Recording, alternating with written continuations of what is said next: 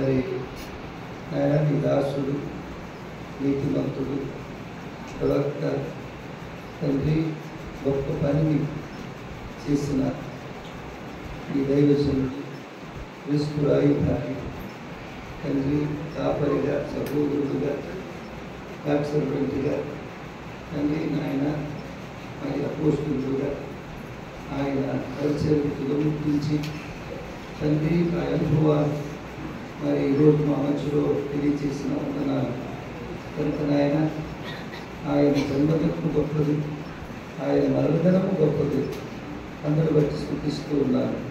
మరొకసారి నాయన మరి మాపై నాయకుడిని మేము సన్మానించుట గౌరవించుట అది కూడా మాకు ఆశీర్వాదమే.